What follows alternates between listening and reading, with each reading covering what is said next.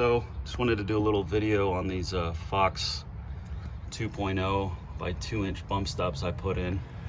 I didn't go with the Kings because they're super expensive and you have to bring them all the way up into the cab because they're much longer. So it's just a ton more work. But as you can see, I plated all of the frame rail. Goes all the way pretty much. Yeah, this thing's pretty gusseted. But just to give you a view of these things, it's kind of what's going on.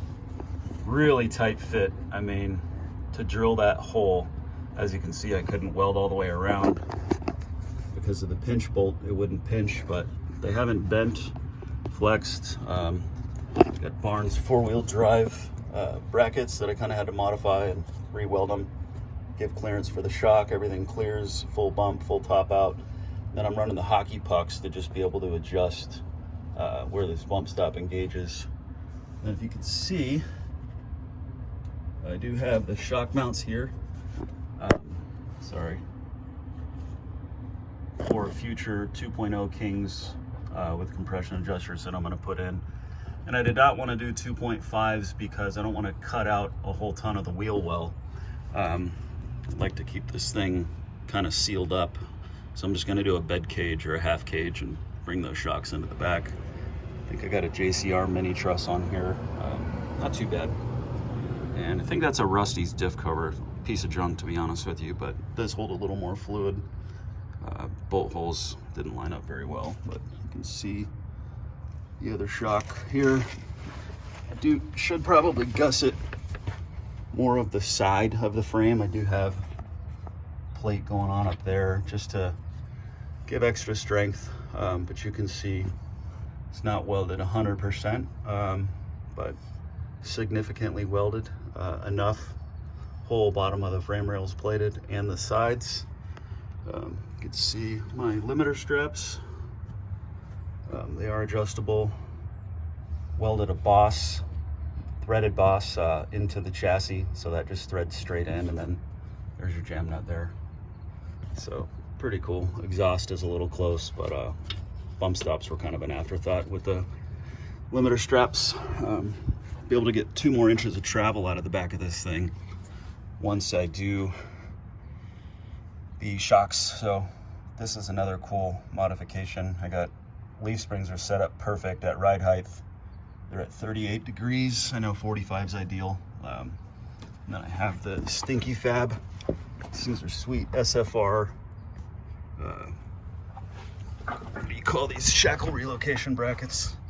So you can see what hole I have it on. 1, 2, 3, the 4th hole from the back. Just kind of gives you an idea of how that looks. Got a nice angle on there, and it does not hit the back of the car at all at full bump. You can see, I cannot remember what brand these are. Maybe TNT Customs, something like that.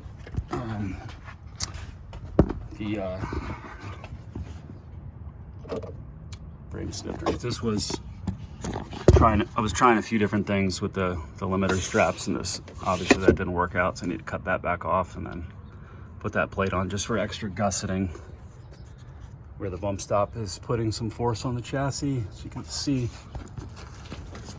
the setup, I don't know what brand this is. The guy that I bought the Jeep from put these on. Just had the leaf springs off and rebuilt everything, but I had to cut out a little perch here to get to the bolt on the other side, but it works pretty good. So frame stiffeners, front to back, whole subframes tied in to the leaf springs, and then tied into the side of the chassis, or unibody rather. Used to build race cars, so gotta get used to this. Still need to plate the front, but it runs really dang close to the shocks here when the front end's swinging left to right on the sweep at bump and compression. So I haven't done that yet. I think I'm going to use just 14 gauge, which I think is 74 thousandths, maybe 10 gauge. We'll see. This thing's just turning into a tank. The Jeep weighs, I think last time I weighed it was 4440, and I did put it on a diet by changing the crossover steering to 1.5" 120 wall. All right, guys, there you have it. There's the back of the Jeep. Hope you enjoy.